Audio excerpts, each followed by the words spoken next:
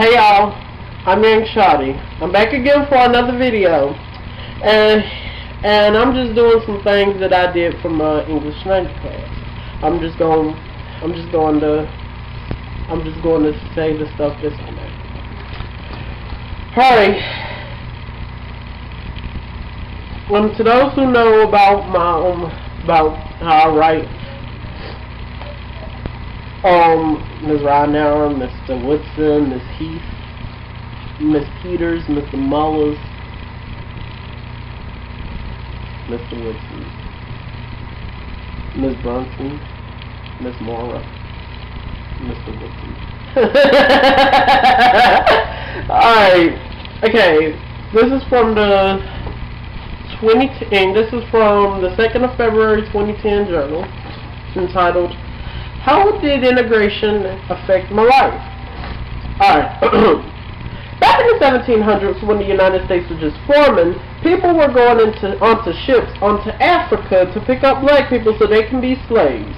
They lived in the worst conditions, and they were not allowed to leave their property for freedom.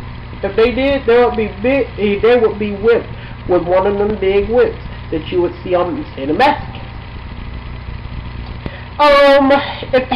If Harriet Tubman, an narcoleptic abolitionist from the South, didn't discover the underground tunnel, she would not have helped slaves become free in Canada and other free states. The free states were California, Oregon, Kansas, Iowa, Minnesota, Michigan, Illinois, Indiana, Ohio, the entire region of New England, New Jersey, and New York, and Pennsylvania. Missouri was not considered neither for or against slavery as a result of something called popular sovereignty. Rosa Parks was arrested back in the 1950s for not giving up her seat to a white person on a city bus. If it was not for her, I'd have to walk 25 miles to get to and from my house into the city for classes and church Mondays and Fridays and Sundays. On December 20th, 1956, the United States Supreme Court decided that Montgomery Transit's policy on segregating buses by race is unconstitutional, thus making it integrated. Meaning, if it would make more sense to the simpletons, you can now sit anywhere on the bus. Hell, you can even sit on top of the bus, or even hang off the mirrors. If the black people were in Greensboro boycotting the restaurants, we would have blacks only McDonald's and white only McDonald's. For example, there is no McDonald's nowhere near Boulevard Homes, but for example purposes only. It would be dilapidated and it would be the scraps of the white people's McDonald's in Ballantyne.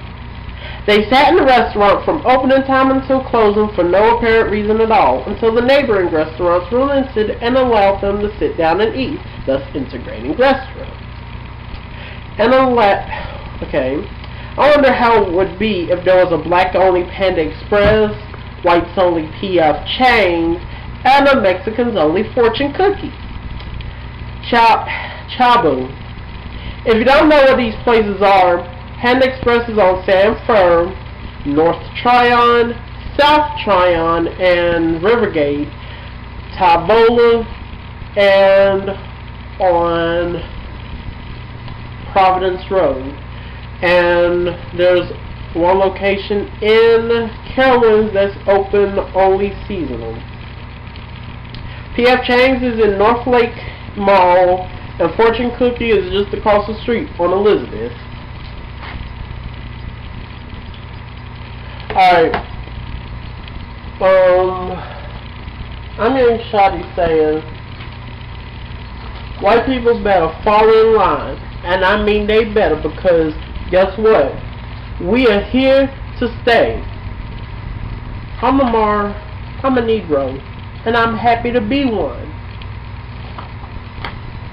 And I'll be going to Ballantyne's Walmart and Ballantyne's McDonald's.